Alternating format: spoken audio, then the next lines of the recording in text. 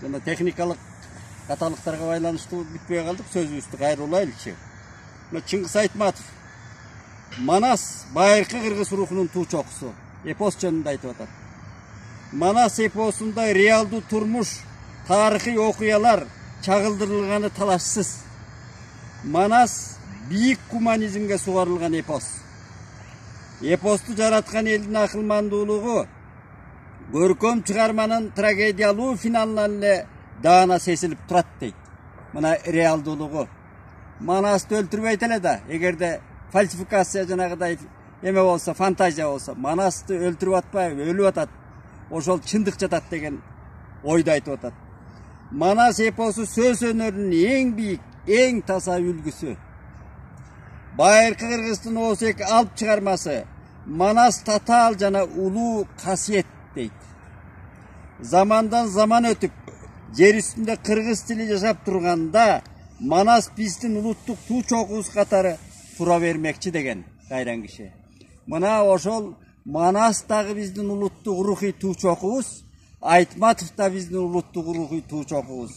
Мына эми Кудайбы кааласа, бул сабактарыбызды улап, уккандар болот экен, кызыккандар бар экен эл арасында.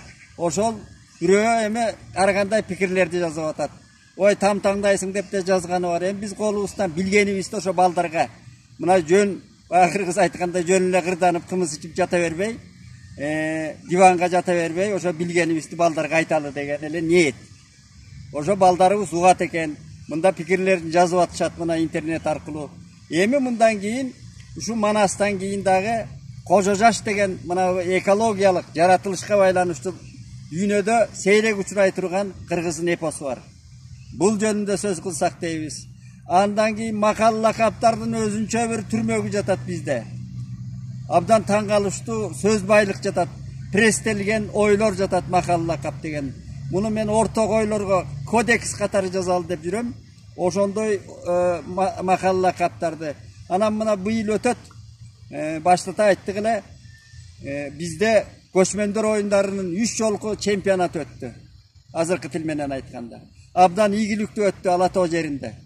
Ошол уютку эле экенибизди, байыркы көчмөн цивилизациясынын башында, туусунда жүргөн эл экенибизди далилдедик. Эми ошонун уландысы быйыл Түркияда, Түркия чоң мамлекет, ошо чоң мамлекетте абдан Эрдоган мына президенти да кызыгып атат экен. Ошол Изник деген байыркы кыргыздар бар, өзү шейит кеткен жоокерлер, ошо түрк боордошторго болушабыз деп. Ошол Изник шаарында эстелиги турат кыргыздардын, кыргыз баатырларынын. Ошол шаарда 4-чү чемпионат өткөн атат. Мына ошол көчмөндөр оюндарынын сабагын өтөбүз эмкиде. Балдарыбыз билсин, жаштарыбыз туйсун, билбегендер билсин деп. Андан кийин мынабы коңшу казактын, эгизибиз казактын тарыхы, мынабы Абай баштаган акылмандары бар. Мен бала кезде кызыгып окуган Мухтар Аузев бар. Мына бизге кыргызга кызмат кылган 2 Мухтар бар. Шаханов Мухтар Шаханов, мына кийинкиси ага чейинки Мухтар Аузев деген. Мына бизге кыргыз рухуна эбегейсиз кызмат кылган боордошторубуз. Мына ошолор жөнүндө дагы андан кийин өзбек туугандар, коңшуларыбыздан, Кытайдын акылмандары ушулар жөнүндө айта берсек кенч. Муну кийинки балдарыбызга ошол осуят